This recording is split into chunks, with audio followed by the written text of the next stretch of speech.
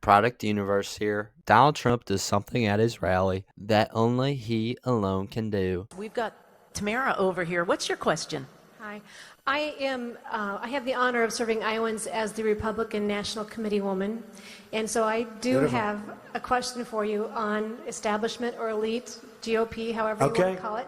I have to tell you, as the State Central Committee, we're neutral. So this is not to hurt you or harm you, it's for clarification. But when we see you make a statement, and sometimes it's controversial, as we've noted, but after the firestorm... Sometimes purposely, though. After the firestorm, the fact checkers come through, and you're constitutionally sound. You agree with the party platform. I've not found anything where I see you in contradiction, unlike there are other candidates that are in contradiction to the platform. You resonate with the public. You have unleashed America from the bondage of political correctness. Oh, thank you. Thank you. Thank you.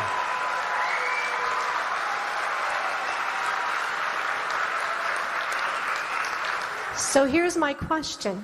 Why wouldn't a GOP and RNC be thrilled with a candidate that has the numbers you do, that is resonating with the public, and is saying the things that is obviously... Come on up here. Come here.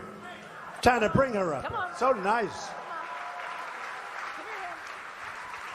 You know, when she first started that question, I said, uh-oh, here it comes. And after midway through I started, I really appreciate it. Come on over here. Come on. Get under there. You can get under. D. That's great. That's such a nice question. Thank you, darling. Come here. Thank you. Here, don't fall. Thank you very much. It's so nice. So nice. What's your name? I appreciate you running. I know there are a lot of other things you could be doing, and we do appreciate you running. That's really... So, I'm not going to fight you for the microphone ever. So why is it? Why would they not be thrilled that you are, the numbers you have, the crowds you have, the message that you're bringing, you are reviving the heart of America. This is what we should want. Why? Well, you know, it's good. Thank you, Doug. Be careful.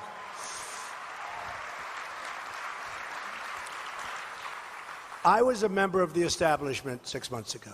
I gave $350,000 to the RGA, that's the Republican Governors Association.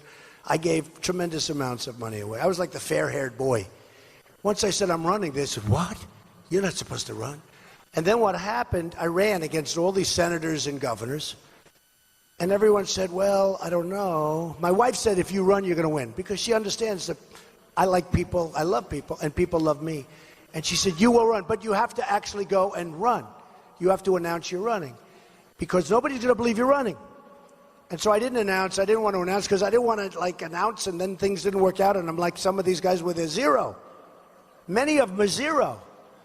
And so finally I said, look, we're going to do it. There were just too many things that I watched on television with our president and the decisions that are made. Bergdahl, where we get Bergdahl and they get 5 killers. We get this horrible, dirty, rotten this horrible traitor.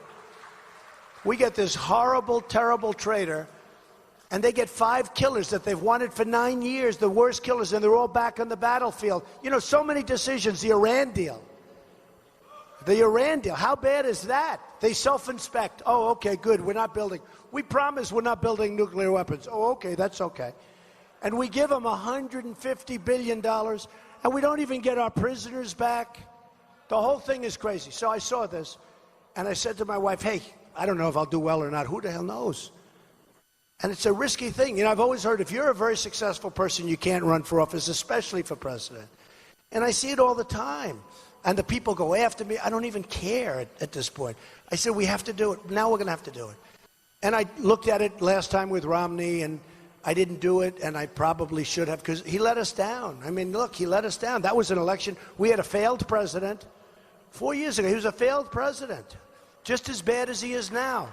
And Romney, it's true.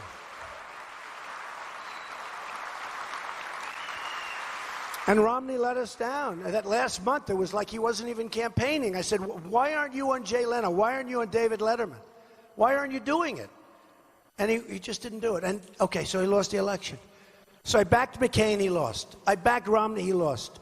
This time I said, I'm doing it myself. Okay, we're going to win. We're going to win.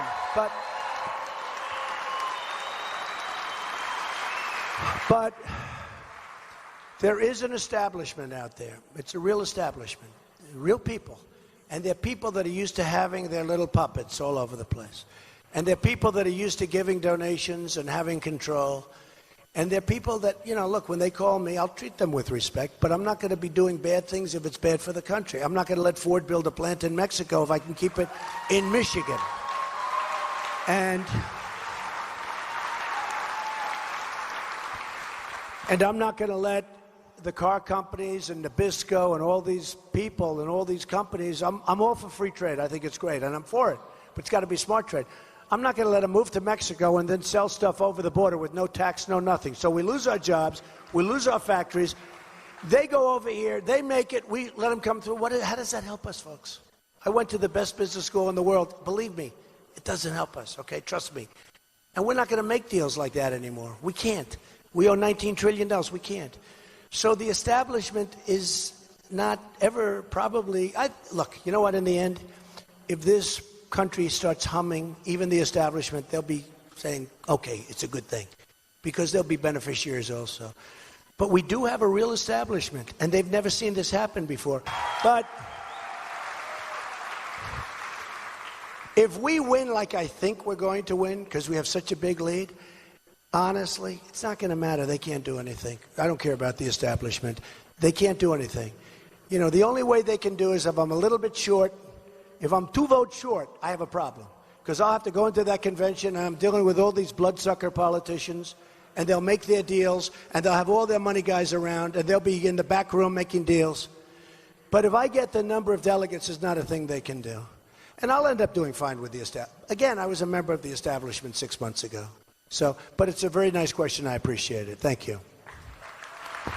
Donald Trump pulled that beautiful blonde woman out of the crowd to come up onto the stage. Donald Trump saw from her very nice question and her very nice statement and overall calming demeanor that this was the type of person to call up to the big stage. Not many people can say that they got to have a personal interaction with the former president at his political rally and that you asked him a very important question, one-on-one, face-to-face, in front of thousands of people. In regards to her question and statement, they were both very nice and important. Nice in the sense that she gave Donald Trump some very nice compliments, and important in the sense that it is a very fair question. A fair question as to how anyone, but mostly Republicans, could not like and support Donald Trump, as he resonates with common Americans. He stands for the Republican platform, he stands for the Constitution, and he has broken the shackles of political correctness and has given Americans the freedom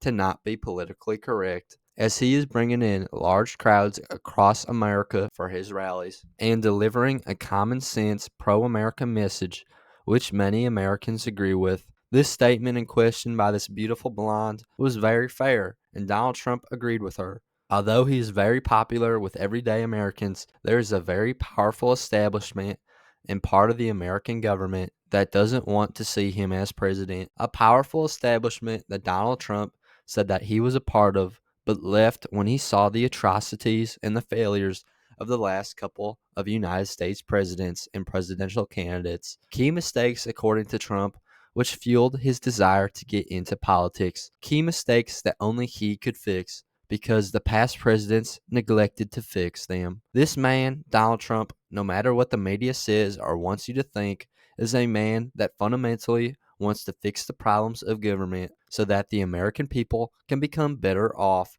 This deserves to be shared because Donald Trump's answer to this beautiful blonde's question is why he decided to get into politics.